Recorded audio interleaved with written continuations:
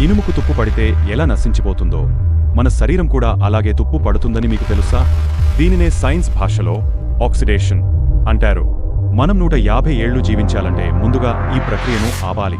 మన కణాల్లో టెలోమియర్స్ అనే రక్షణ కవచాలు ఉంటాయి. ఇవి ఎంత పొడవుగా ఉంటే మనం అంత యంగా ఉంటాం. వయస్సు పెరిగే కొద్దీ ఇవి చిన్నవిగా అయిపోతాయి. వీటిని కాపాడుకుంటే 100 దాటి 150 ఏళ్లు జీవించడం కల కాదు. మనం పీల్చే గాలి, తినే ఆహారం శక్తిగా మారేటప్పుడు కొన్ని వ్యర్థాలు విడుదలవుతాయి. అవే ఫ్రీ రాడికల్స్. ఇవి మన డీఎన్ఏను దెబ్బతీస్తాయి. దీనివల్లనే ముడతలు, నీరసం మరియు వృద్ధాప్యం త్వరగా వస్తాయి. ఈ తుప్పును వదిలించాలంటే మనకు యాంటీఆక్సిడెంట్స్ అవసరం. బ్లూబెర్రీస్, నట్స్ మరియు విటమిన్స్ ఉన్న ఆహారం మన కణాలకు బాడీగార్డ్స్లా పనిచేస్తాయి.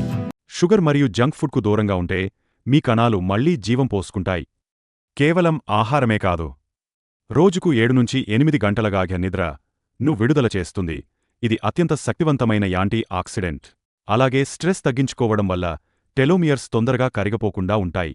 వృద్ధాప్యం అనేది ఆపలేనిది కాదు, అది నెమ్మది చేయదగిన ప్రక్రియ మాత్రమే. సరైన ఆహారం, వ్యాయామం మరియు ప్రశాంతమైన మనసుతో 150 ఏళ్ల సుదీర్ఘ ప్రయాణానికి సిద్ధమవ్వండి. మరిన్ని హెల్త్ సీక్రెట్స్ కోసం ఫాలో అవ్వండి.